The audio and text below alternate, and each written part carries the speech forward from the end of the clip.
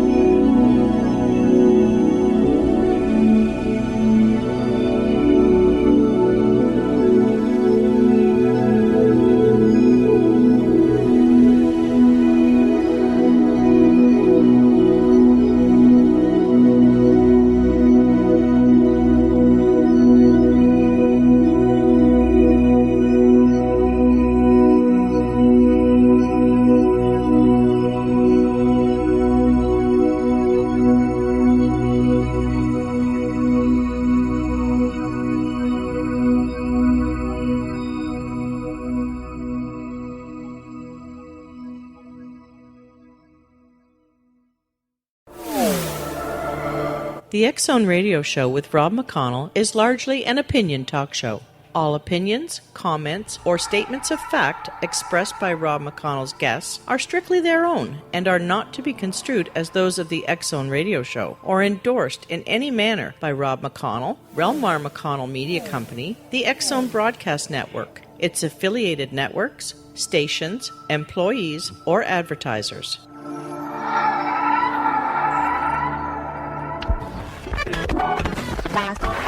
All Hit Radio.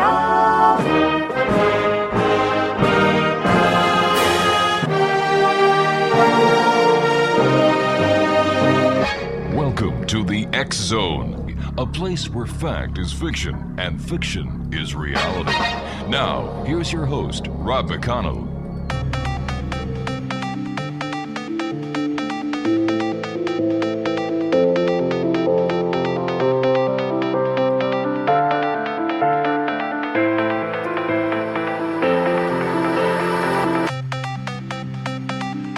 And welcome back to the X-Zone, everyone. Summer has landed up here in the land of Eskimos, Huskies, and yellow snow. It was so beautiful out today, mind you. With summer comes that time of year where the missus gets out with her list of gardening chores, and she puts on her worker helmet, and then she starts dictating what she wants done. But it's summertime, what can I say? You're listening to the X-Zone on the X-Zone Broadcast Network, Mutual Broadcast Network, Talkstar Radio Network, and across Europe on the Digital Broadcast Network. www.xzoneradio.com is our radio website, and if you'd like to find us on any of the social media sites, X-Zone Radio TV, and my email address, xzoneradio.com. X-Zone at xzoneradiotv.com. A couple of weeks ago, I had the pleasure of bringing Larry Lawson onto the show, and Larry is he's the founder and lead investigator of the Florida Bureau of Paranormal Investigation. Now, Larry is a 34-year veteran of law enforcement with a specialization in criminal investigations and actively investigating the paranormal for 10 years. Now, because of his background, Larry takes the same fact-based, unbiased approach to his paranormal investigations. Now, events from his past fuel his interest in the paranormal and is dedicated to finding the answers. The truth is out there, Larry Lawson, and are we getting any closer to finding out what the truth really is? Well, every day, Rob, I think we do get a little bit closer, but if it was that easy to find the answer, we wouldn't be out there searching so hard for it. Great having you back with us, Larry. Great to be back. You sent me an email shortly after our last show, and thank you very much. It was very nice and kind. And after the show, you came up with some thoughts that you said that you could have shared with our audience, and we thought, well, Larry's a great guest. He does a lot of great work. Not only does he do paranormal investigations, but you're a police officer. I've got a special place in my heart for the cops, being an X1 myself, and we had the opportunity of bringing you back on, and here you are. So, Larry, what was one of the things that you thought that you could have talked to us about the last time you were with us, but you didn't? Well, it's not a question that I didn't. It was more of, wow, I could have expounded upon that, talked about it, because it's so fascinating, and that's, really why is it we see ghosts? Why have people been seen? Why do they exist? And that is really the crux of the question, is what happens after the physical body dies, and why does some of it stay? And I think that's really the question folks want answered, and really one of the biggest reasons why I do these investigations. Based on your many years of police work as well as doing paranormal investigations, what do you, Larry Lawson, believe happens to us when we die? Well, I've come to the belief that in having a faith in God and the hereafter, I believe that we're spiritual beings. Yeah. And you mix that with the fact that our bodies are also filled with energy.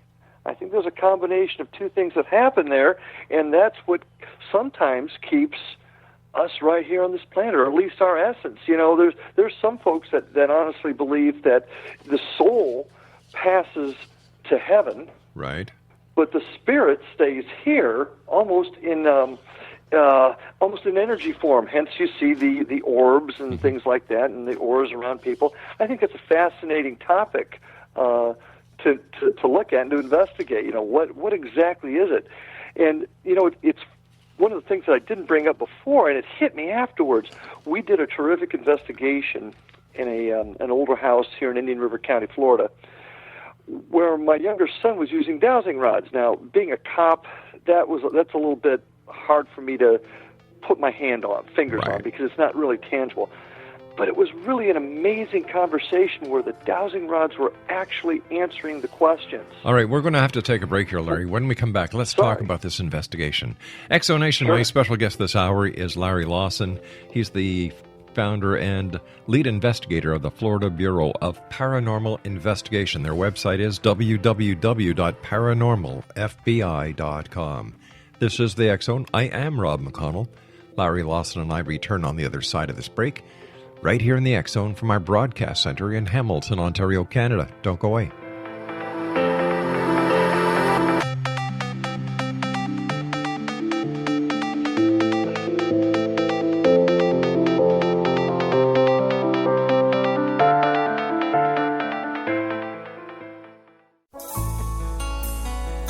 Afterlife expert Roberta Grimes was the first one to say that dying can be fun.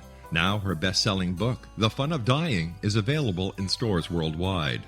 So if you wonder whether death ends life, how it feels to die, or what heaven might be like, The Fun of Dying was written for you. And if you have always been afraid of death, or if you worry that your life has no meaning, let The Fun of Dying ease your fears and bring new meaning to your life. Nothing said in The Fun of Dying is based on the teachings of any religion. Instead, Roberta draws on evidence to explain how death happens, how it feels, and what comes next. A lot of the best death-related evidence was produced in the first half of the 20th century. When it is put together with recent discoveries, it tells a consistent and amazing story. Roberta Grimes blogs and answers questions at robertagrimes.com. Her wonderful book, The Fun of Dying, is available on Amazon and at stores worldwide wherever books are sold. You're listening to the X-Zone Broadcast Network, www.xzbn.net.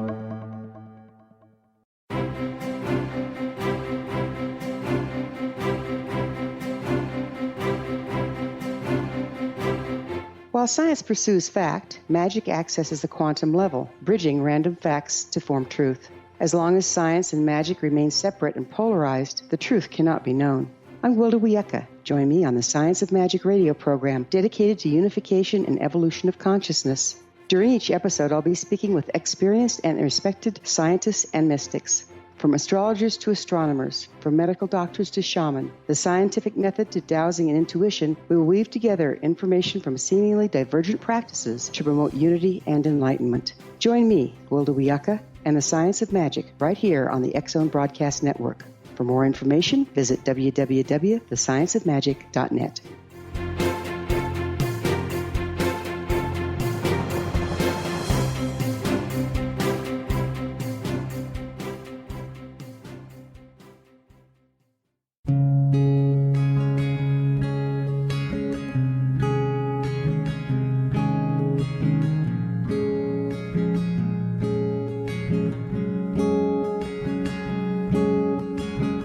Starr began to demonstrate a metaphysical connection to the spirit world as a little girl. Her family noticed the connection, but it was a great-grandmother who told the family that Linnea was indeed gifted. The great-grandmother, who was also gifted, felt that Linnea had indeed inherited these attributes. It has been noticed that oftentimes such things are passed down through the generations. Linnea was also born with a caul, a thin white membrane across a newborn's face. Legend has it that if the baby is born with this caul, the child will have second sight, or what we call psychic abilities. Linnea Starr does past, present, and future, and has the gift of prophecy. It is written within scriptures that if you are able to give factual information, and prophecies indeed come true, the gift indeed comes from the divine realm. Linnea Starr does large interactive groups as well as private gatherings. For more information on Linnea Starr or to contact Linnea for a one-on-one consultation, visit her website at www.linneastar.com. That's www.linneastar.com.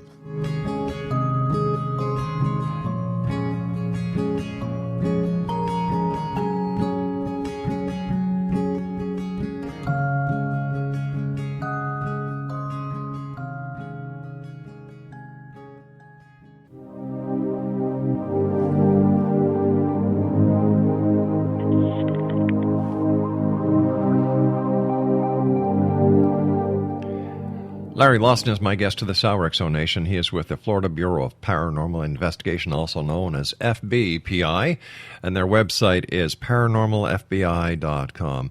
Larry, before we went to the break, I kind of had to cut you midstream. You were telling us about an investigation that you and your younger son went to. Your younger son was using dowsing rods, and as a cop, you kind of had your doubts, but take it from there, my friend.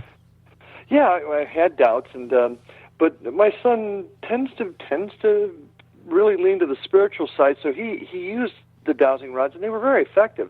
In other words, asking the question, the dowsing rods would cross, and then they would uncross almost on when asked to. And it was very fascinating. And of course, we were using other scientific electronic equipment, a geophone, K2 meter to back it up. Well, in this conversation, we actually spoke or appeared to be speaking to two different entities, and both of them talked about crossing the plane between heaven and earth. Wow. Fascinating thought, because don't we all wonder, how does this work? Do people just get stuck here, which is the prevailing thought? Yes. Spirits either don't want to cross over because they don't realize they're dead, they're afraid to. But how often do we think about it being almost an open travel way? So I just found that to be a very, very fascinating discussion during this investigation. Made me a little bit more of a believer in dowsing rods, despite my rather black and white cop background. But it was really fascinating, and it really brought some interesting questions to mind about how does this really work? And again, this spurs on the desire to continue investigating. It almost seems as if there is a, what do they call them in space? Black hole. Or a wormhole, a wormhole that takes you from this reality to the next. And I've always thought of death in the following way. Mother Nature, from the very beginning of time, has been trying to teach us humans how things work. And the way that I see it, based on what I've watched Mother Nature do over the years, is that we're like the caterpillar. When we're alive, we're caterpillars. But as we progress to a time when our life here in this body of ours is about to perish, we enter some kind of cocoon that I call death. Now, when the metamorphosis is complete within the cocoon or within the stage of death that we're currently in, we emerge the other side of death, just like the caterpillar emerges the other side of the cocoon as a butterfly. Fascinating, and it's those kinds of conversations that stimulate more intellectual thinking on the subject, because we don't know. So all of that's an outstanding description, and those are the types of conversations we need to have to continue the investigations moving forward. And another very simple one is the seasons. In the spring, we are born. In the summer, we're in our prime of life. In the fall, we get ready to enter that cocoon that I was talking about. And in the winter, we go to sleep and we metamorphose. And what happens when spring comes? Bang! Everything starts to live again. So once again, like I was saying before, Mother Nature has been giving us the broad picture and saying, hey, humans, why don't you take a look at what I've been doing all this time? Maybe you'll get the hint. And that's the problem. We as humans think we know everything, and we don't take the hint. So, once again, fascinating topic. Yeah. Have you talked to anybody who's had a near-death experience, and during your work as a police officer or doing a paranormal investigation? And if so, what thoughts have you come away with? Initially, early in my career, when I was a tad more skeptical, I guess is a good way to put it, it was, you just had some sort of event that you had a trauma and your brain was making you see things that weren't there. But as I've gotten older and a little bit wiser, for lack of a better term, I've become a little bit more open-minded and realizing there's a whole lot of questions I think that we don't have the answers to. And yes, I have talked to folks that have had that event occur where they've literally seen themselves floating above the hospital bed, seen the white light, all the things that we've seen in television, read in books. I've talked to folks that have had those experiences, and I'm a little bit more open to it and thinking maybe they were on the threshold. The issue of reincarnation comes to mind. I'm a bit of an aviation nut, and a story comes over the last 10 years, a young boy who could totally recount at age 5 flying combat missions over Iwo Jima at the end of World War II. And the family went on to be able to check the story out and found out that most of the things he talked about were truly accurate. Another angle. Over the years, I've talked to many, many people, and one of my most memorable conversations that I had was with Dr. Janet Amatuzio, who is a forensic pathologist. And she has done a number of autopsies on people, but she has also worked in the emergency ward prior to becoming the forensic pathologist that she is now.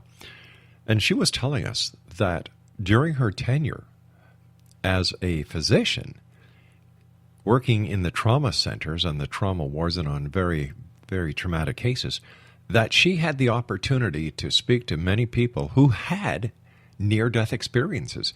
And the similarities that they all brought to the table were just astounding. And then there was also the fact that during her tenure as the pathologist, the weight of the person prior to death is different than when they get to her table. And it's always approximately 7 grams. Fascinating. Yeah, and she believes that 7 grams is the soul.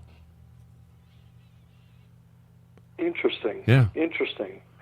And once again, it kind of almost brings me back to, is the soul a more tangible item that is what goes to heaven? And is it the energy or spirit that stays here? And is that what we see during our investigations? I don't know. I don't know, but the question that I raised with a guest just this week who said the same thing was, well, if the soul goes to heaven, are we saying that the energy that remains is a partial intelligence of us that remains within the or the energetic field? Because that's my take Yeah. on it. That's exactly my take on it. And I also believe that there's an aspect where maybe the soul doesn't always go across for fear of taking the elevator down instead Right. of up, if you get my drift. But see, those are the questions that I seek to find, and the folks in my group seek to find. Those are those questions that has driven mankind since the beginning. What's afterwards? Mm-hmm. Is it that we really need to have something for the afterwards? Is it that we're not capable of maybe accepting the fact that once we're here, we go, that's it? But it doesn't make sense, does it? No, it doesn't. There's just too many. Yeah. There's too many coincidences, and I don't believe there really are that any coincidences in life. But there's just too many things that happen that show a cycle of some sort. Now, me personally, I have no issue with death. Mm-hmm. I'm very calm in my heart over what comes next. I'm just curious because that's the cop nature in me. I want to solve this investigation, and I guess that's my drive is to find the answer. And you know what? I might even find out I'm not supposed to find the answer, but I'm going to keep working until I know. But just maybe, that's what we're supposed to do. Is we're supposed to prove ourselves worthy of the next step of evolution by seeking those answers.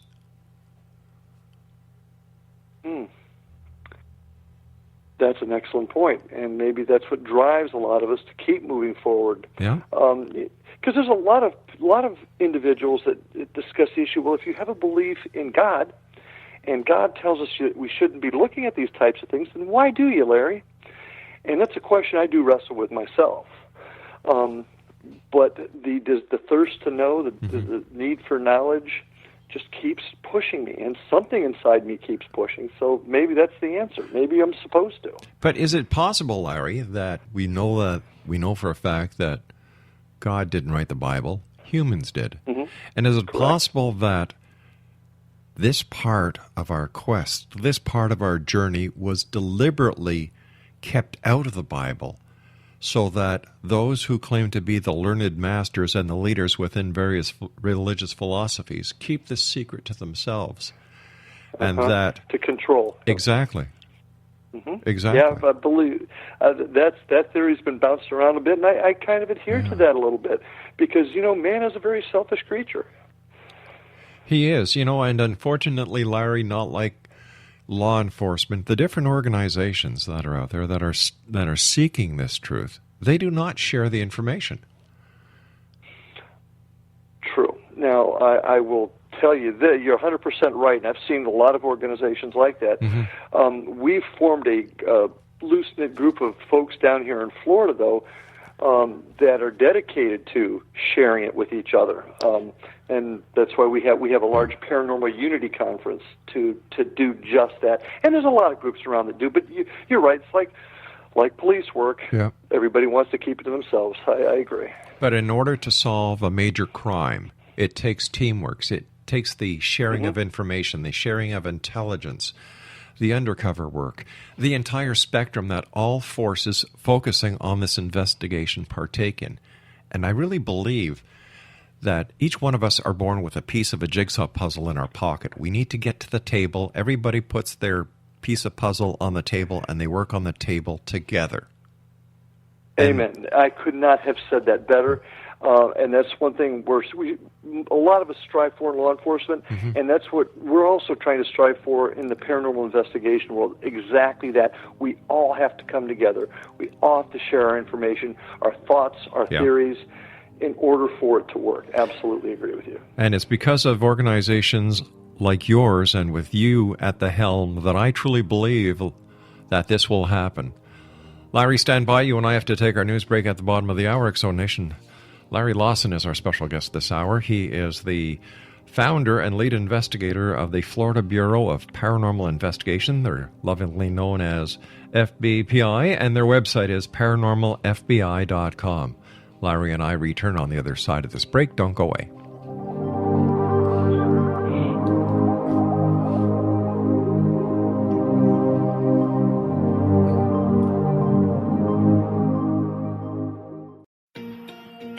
Wouldn't you love to know the secret to everything? Well then, meet Dr. Kimberly McGeorge and her cutting-edge breakthrough knowledge that combines science with possibility. Dr. Kimberly brings real-life answers and healing to those open to alternative solutions. She teaches solution-based programs and classes that will change all areas of your life forever. Specializing in conscious creation, intuitive readings, and energy medicine, you can rapidly shift health, relationships, business, and money and abundance challenges quickly. Receive her best-selling book, Secret to Everything, at no cost by going to secrettoeverything.com/X-Zone. That's right, transformation can start now. Just go to secrettoeverything.com/X-Zone and receive Dr. Kimberly's book for free. You're listening to the X-Zone Broadcast Network, www.xzbn.net.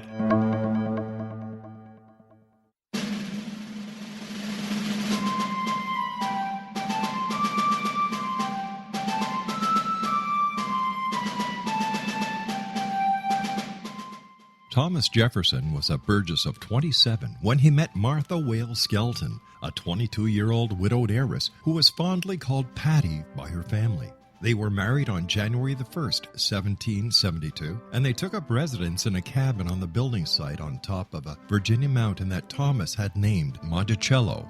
As Thomas and Patty slowly built their first version of the great house at Monticello, the Revolutionary War was heating up. Patty, with difficulty, bore 5 children, but only 2 girls survived. Thomas's political career developed to the point where he was often away from home, but after he authored and signed the Declaration of Independence in Philadelphia, he resolved never again to leave his wife. He was elected the governor of Virginia, just as that state became the Revolution's last battleground.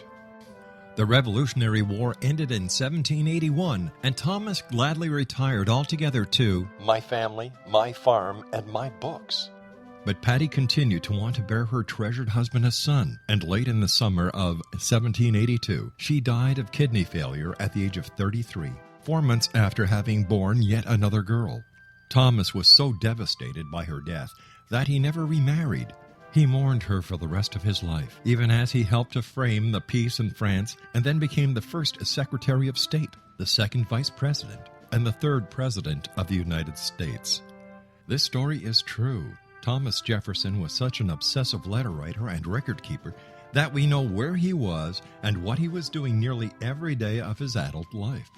Every significant thing he says in My Thomas comes from his contemporary writings. My Thomas by Roberta Grimes is now available at Barnes & Noble, Costco, Target, Books A Million, Hudson Booksellers, Kmart, Walmart, Sam's Club, Walgreens, CVS, and online at Amazon.com. You can visit Roberta Grimes online at www.robertagrimes.com.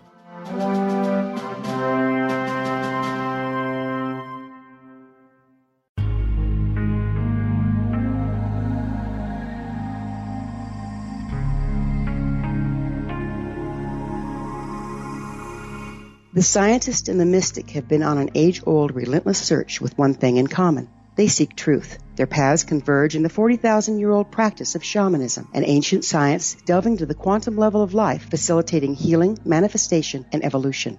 I'm Gwilda Wiyaka, the founder and director of Path Home Shamanic Arts School, a unique Colorado State-certified occupational school, training shamanic practitioners and teachers.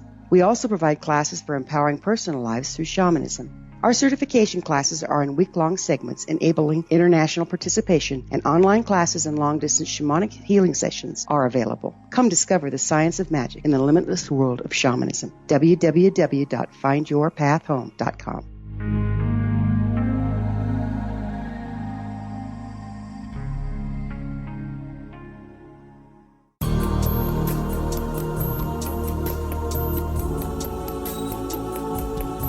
Unwilling to be the government's deadly assassin, gifted psychic Kahara Mitchell went AWOL and ended up buried under rubble in the wake of a great tsunami. She regained consciousness far from Earth on the medical ship of a Daguerreonian intergalactic fleet. Has she been rescued or abducted by aliens? The Chalice of Carrie, Kahira O'Donnell's latest paranormal science fiction romance, is the passionate story of an Earth woman and her destined mates, twin kings from another galaxy. Kahara uses her gifts fighting alongside Lords Rom and Ra in a war that will determine the destiny of galaxies. The Chalice of Carrie by Kahira O'Donnell is now available at KahiraO'Donnell.com or at Amazon.com.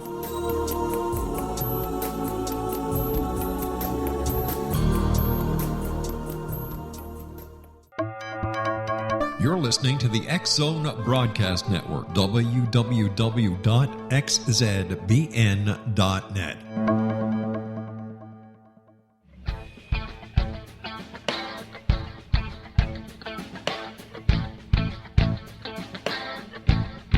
What Happened in Benghazi is revealed by Nicholas Genix, author of Obama, Islam, and Benghazi. He informs the American people that President Obama deceived them by advocating a strong foreign policy prior to the 2012 presidential election, and Hillary Clinton supported this deception. As the title infers, there is a connection between Obama, Islam, and Benghazi. Ample evidence informs Americans that Obama's early indoctrination in the Quran developed an affinity for Islam, why the Quran is the source of discontent in many countries, and why the Obama foreign policy deception led to poor military action and caused the loss of American lives in Benghazi. Genix provides 36 questions for the Select Committee on Benghazi to validate if Americans are justified to mistrust President Obama and Hillary Clinton. An overview of Obama, Islam, and Benghazi is presented on the website www.futureofgodamen.com. That's www.futureofgodamen.com.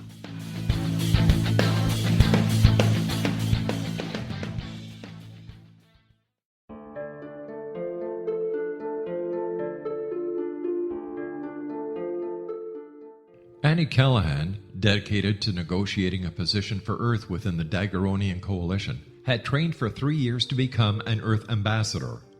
Yet, the very eve of her arrival at the capital ruling planet, she is claimed as destined mate to an oversized, mating-maddened vamp who swears he will never release her.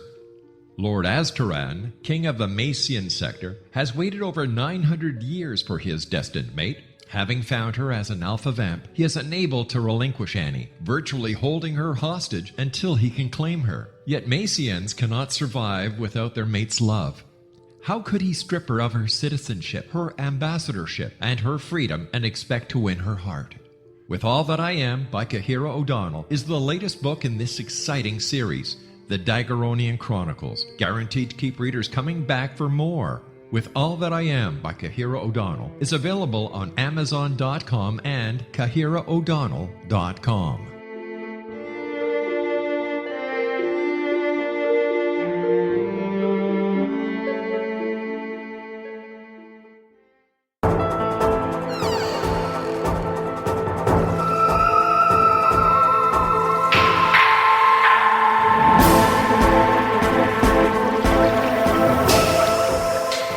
Nation, just a couple of things I'd like to get off the desk at this time. First of all, starting May the 16th, that's a week this coming Monday, the X-Zone will be changing time slots. We will be moving down from 8 p.m. until midnight down to 6 p.m.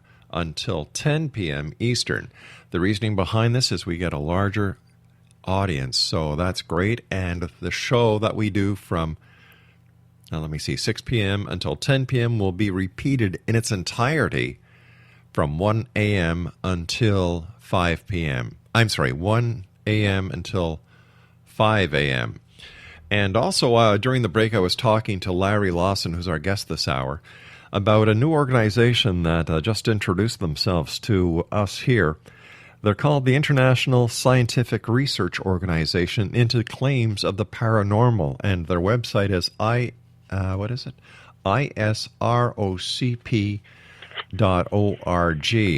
Now, from the information they sent us, they are a group of board-certified medical practitioners, psychiatrists, forensic pathologists, archaeologists, I should say, paleontologists, quantum physicists, and this is really great. And their goal is to work with paranormal organizations in all aspects of the paranormal to give them the scientific backing that they've been asking for. So there you go. By the way, I went to their website. All they have is a contact thing. Like, ooh, scary stuff. Larry Lawson is our guest, as I said, Exonation. He is with the Federal Bureau of Paranormal Investigation. They're based in Florida. Their website is paranormalfbi.com. Larry, how do you think one's own religious philosophies incorporate themselves into the investigation of the paranormal? Let me toss that question around in my head a little bit. A person's religious beliefs can either help enhance what they're trying to gain, and it can also inhibit it.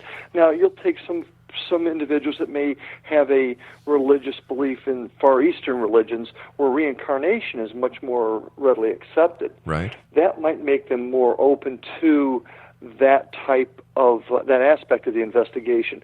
Most fundamentalist Christians would have a harder time with it, and it could keep them from not being quite as open-minded. You know, one thing about being a cop and being skeptical is you look at things very critically. Like, yes. Can I use this to prove my case in court? But it also does something else, Rob. When you've been doing this long enough and you've just seen so many things in this world, you also tend to get a little bit more open-minded and saying, yeah, that could be the way to go. That could be the angle. That could be right. You know, so I know you're talking about religion, and religion can actually inhibit your ability to be open-minded. But couldn't we also say at this point, Larry, that religion is just your belief in something, a belief in a philosophy? When I talk about religion, I talk about my Christian beliefs. When another friend of mine talks about religion, they talk about their New Age belief or their spiritualism. Another friend talks about his religion being a Muslim. Another friend talks about Hebrew.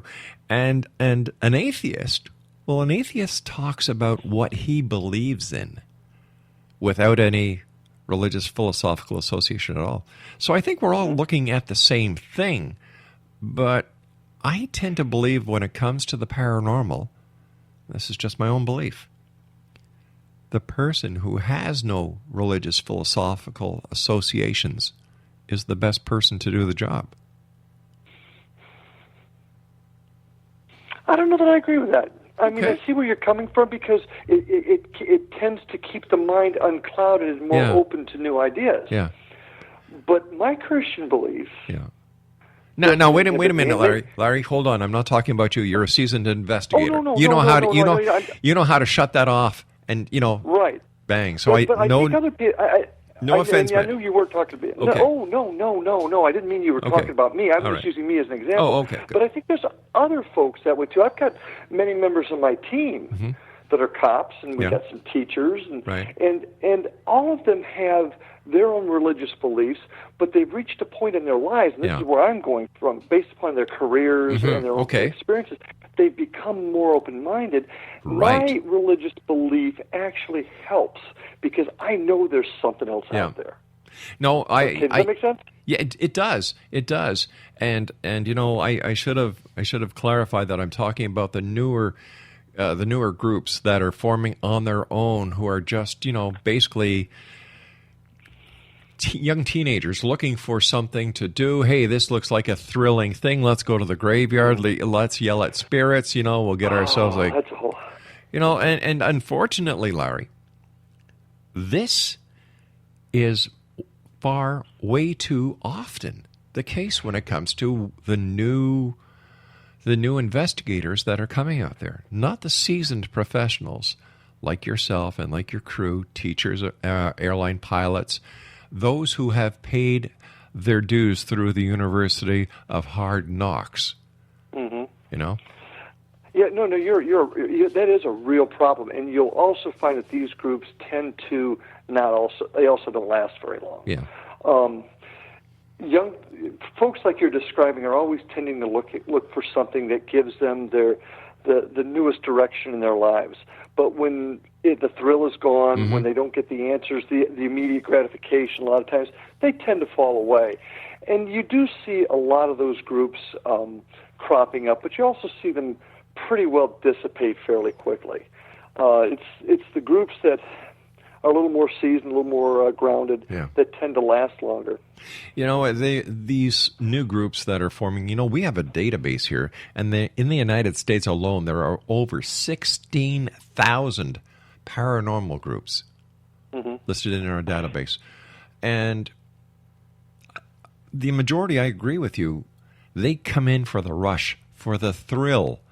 And then when they find out they have to, what it's really like to do a paranormal investigation. It reminds me of the olden days. I don't know if this happened in your part of Florida where you're a police officer. When the CB craze came out, everybody would have a CB radio in their car. They'd all go down to the local coffee shop or malt shop and talk to each other on their CB radios. Parked next to each other. Yourself, Rob. Yeah. Yeah. I agree. That was my era too. No, that's exactly what happens, and I think that's a natural human instinct to things. They go for what's the mm-hmm. newest, the latest, and the greatest. But it's the individuals that find themselves embroiled in a legitimate investigation to find answers, whatever reason they have for finding answers. Those are the ones that do stick it out. Now, the TV shows. Mm-hmm.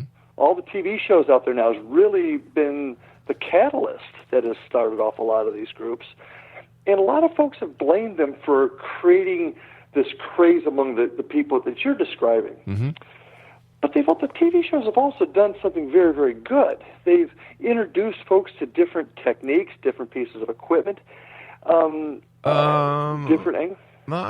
We could say the same thing about the nightly news, and because there's much more crime on TV, we don't see an increase in crime, do we? I think that's an interesting topic because there are certain areas of my expertise of criminal investigations. We hear more about it today because it's out more, mm-hmm. not necessarily because it's being committed more. We just hear about it more. Yeah. But I see your point. I can't disagree. But I think the TV shows have caused a rush of new groups, but I don't think it's been all bad because there's been some good things that have come out Definitely, of it. Definitely. With every bit of, I look at life as a binary, 0 and 1s. That's how I look mm-hmm. at life. And looking at life that way, 0, 1, bang. Then you've got up, down, in, out, right, left, black, white, good, evil, smart, mm-hmm. dumb. There's always a negative to a positive and a positive to a negative. So I certainly do agree with you that the television shows have done some good. But what is being missed, in my opinion, in the entire genre is the credit that a number of these organizations should be getting, because they are modern-day historians. They are keeping mm-hmm. history alive. They're bringing to the forefront the history of the buildings, who lived there, what happened there. Yeah. And for some reason, nobody clues into this. They're more interested in the spook side. You're 100% right, and it's a shame we don't have time to talk about the work we're doing in Fellsmere, Florida, that has some incredibly haunted sites that we're investigating, and frankly have the opportunity, thanks to the goodwill of the city, to continue these studies. But what we're getting out of it is incredible history of what is the oldest city in the county, and in its beginnings, and the city is recognizing that, and his history is becoming part of what we're doing. You're 100% correct, and that I couldn't agree with you more. And I just wish that the television producers, when they're doing these shows, would focus a little bit on this, so that the audience would have a better understanding of what the team is doing there, instead of just going there to try and find the spirits, get some EVPs, get some night vision shots or whatever, but to establish the history with it. And if you establish the history and you combine that with the information that you possibly, you've recreated the past, and you can see it. And let's face it, I'll bet you feel the same way. We know our history. We know our future. Exactly. And once again, Larry, when you look at life, I believe in my heart of hearts, like you just said, if you do not look back and understand history, you're destined to keep on making the same mistake time after time after time after time. Absolutely correct. Could not agree with you more. So where do you think the paranormal investigators will be going, let's say, in about 5 or 10 years from now? What do you see in the future? Well, what I see is a lot more of and I've talked to some folks in the technical field. I see a lot more research being done on scientific instrumentation that can quantify the data. And in other words, learn more about how spiritual energy is seen and recorded, how everything in the paranormal world works, that you can study through scientific machinery. I think that's going to be the first thing that's going to occur, because there's breakthroughs going on all the time. I also see the craze dying out a little bit, and I think that's also a good thing, because what it's going to do is weed out the thrill seekers, and we're going to get back to the time back maybe into the 70s and 80s, where people that are doing this are truly, truly looking for answers in a respectful way, not going out to have fun and get a thrill, but in a respectful way.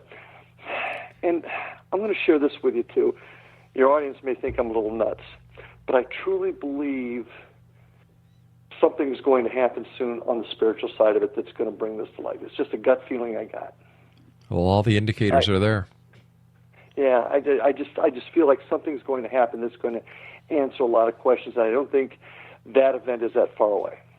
That's my personal opinion. There's a new movie coming out, Ghostbusters, with 4 ghost-busting ladies and 1 Ghostbuster secretary male. How do you think this new film is going to affect research and ghost hunting?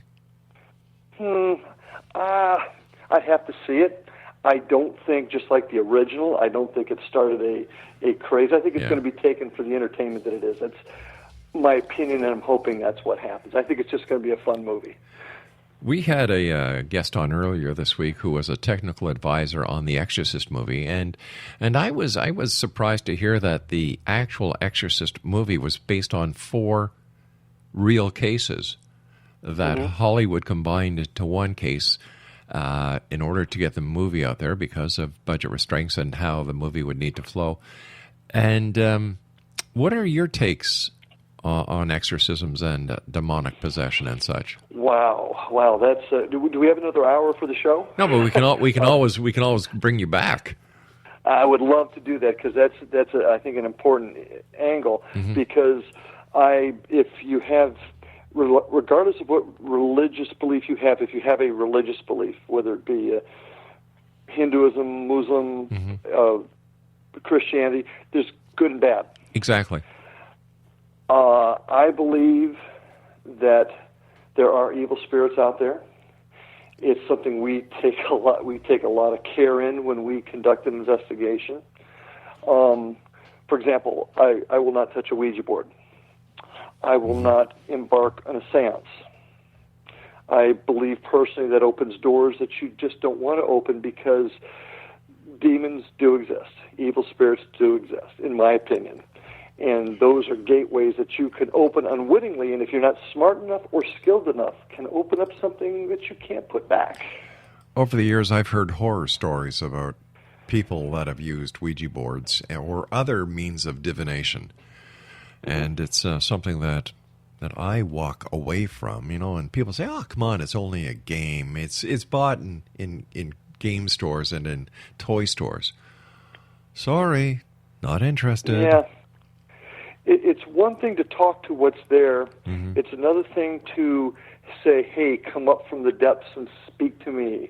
And that's the problem I see with that. And a lot of these new investigators, going back to that for just a second, mm-hmm. don't truly grasp good and evil. They think this is all fun and games, and they don't realize there are bad things. There can be bad things out there masquerading. And they can fool you, and they can take advantage of it. And once again, that is my personal belief.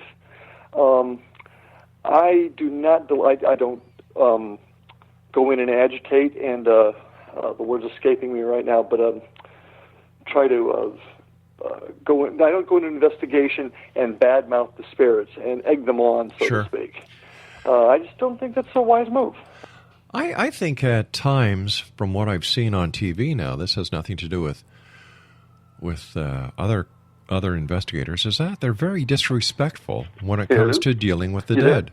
Stand by, Larry. You and I have to take our final break. X-Zone Nation, Larry Lawson is our special guest of this hour. Larry Lawson, and he is the lead investigator and the founder of a group of ghost hunters, researchers, paranormal researchers called the Florida Bureau of Paranormal Investigation. Their website is paranormalfbi.com, and Larry and I will be back on the other side of this break as we wrap up this hour here in the X-Zone from our broadcast center in Hamilton, Ontario, Canada. Don't go away.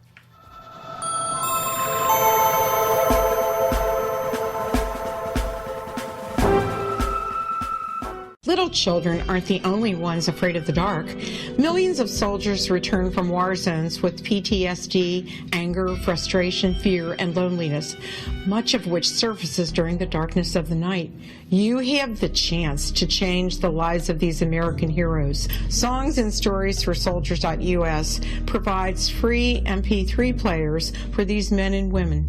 With a list of 3 million songs in 16 different styles, 100,000 audiobooks, and 30,000 old-time radio programs, every veteran can find something to soothe and comfort them at no cost. All our players contain an 8-hour audio program designed to help veterans fall asleep. With 1,500 plus vets now participating, it's our goal to deliver 10,000 audio players this year. Go to our website at songsandstoriesforsoldiers.us. Help us help a veteran make it through the night.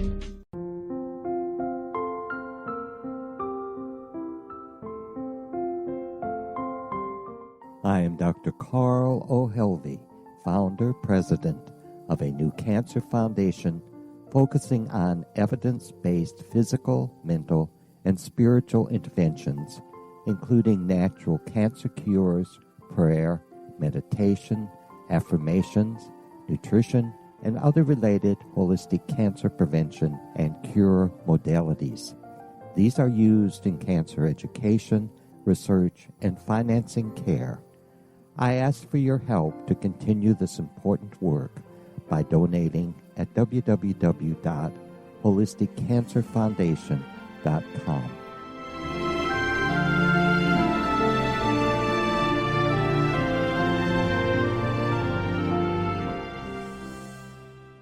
You're listening to the X-Zone Broadcast Network, www.xzbn.net. If you enjoy reading a good mystery with a touch of the paranormal, then you'll love From Out of the Woodwork by William S. Peckham. Sean Kennedy, a Toronto contractor, buys derelict houses, guts them, and turns them into multi-family dwellings. When Sean buys 29 Livery Lane, a century house in ruins, and starts the renovation, the house fights back. He is visited by ghosts of owners past. His visions are triggered by touching an oak mantle. reading a faded letter, opening an old locket, or opening a brand new casket in the basement.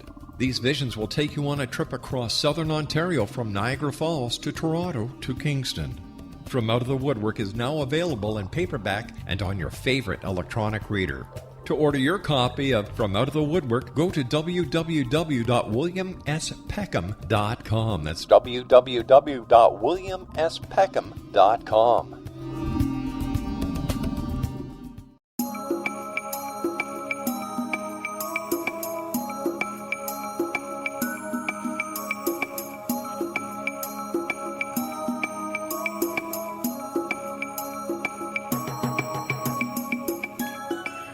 Welcome back to the X Zone, everyone. Wow. Geez, this hour has gone by fast. Larry Lawson's our special guest. Larry is the founder and lead investigator of the Florida Bureau of Paranormal Investigation. That's the FBPI by night, and whenever he's off duty from being a police officer in Florida. Larry, it's always great talking to you. Thanks so much for spending time with us. And you and I were talking. Great. I've enjoyed it. You and I were talking during the commercial break. You're going to come back on and talk to us about demonology and all the negative stuff in a couple of weeks, because I believe that people need to hear the other side of the coin. It's a lot more than a lot of people understand. So they need to understand that. Listen, before we go, for our listeners who may not have been with us last time, where, in your opinion, is the most scariest place, the most haunted place in Florida? The first place that comes to mind has got to be St. Augustine. Been there so many times. Tremendously haunted place. Fellsmere, Florida, where I'm at. I find it to be tremendously haunted. But if you want to go for just the history, St. Augustine would be probably the first spot. But Fellsmere would be a close second. Tell me, Larry, has there ever been a time when the hair on the back of your neck has stood up when you've been doing a paranormal investigation and you just get that gut feeling that you're not alone? Yeah, there has, and as a cop, you get you know this. You'll sometimes just get a gut feeling something's not right, and I think that's innate in all of us. Some of us use it more, certainly in our business we have, but yeah, there's been several times where I've walked into a place, and I'll be honest with you, I'm as sensitive as mediums go. I'm as sensitive as a rock. So when the hair stands up on my head, I know it's time to go, and yes, I've had that happen a couple of times, and you just got to be smart enough to realize when you might be over your head. Larry, what are your final thoughts tonight for the members of the X Zone Nation? Open mind, open thinking. Never say no, never say never, but be cautious about which direct path you take. Keep an open mind. And if somebody out there tonight is planning on becoming a paranormal investigator, what are the top 3 things, in your opinion, should they do? Philosophically, they should take it seriously. Do it for the right reasons. Not because it's about anything that you do in life that's about you will fail. When it's about seeking answers or helping others, then you will find success. So take it seriously, do it for the right reasons, be careful. Larry, thank you so much for joining us tonight. Always a great pleasure talking to you. And once again, let our listeners know how they can find out more about the Florida Bureau of Paranormal Investigation. You can visit us on Facebook at FBI Florida Bureau of Paranormal Investigation on Facebook, or paranormalfbi.com on the website. Got to do a little bit of updating, but we try to keep our investigations up there. I've got a couple more that's going to be on the website in just a week or so. So take a look at us there and like us. Look forward to seeing those changes on the website, reading the stories, and having you back here in a couple of weeks to talk about demons and the negative side of paranormal investigations. Until then, Larry, take care of yourself, and my very best to all the other members of the Florida Bureau of Paranormal Investigation. Thank you, Rob. See you soon. Take care, partner. X Zone Nation, Larry Lawson has been my guest this hour.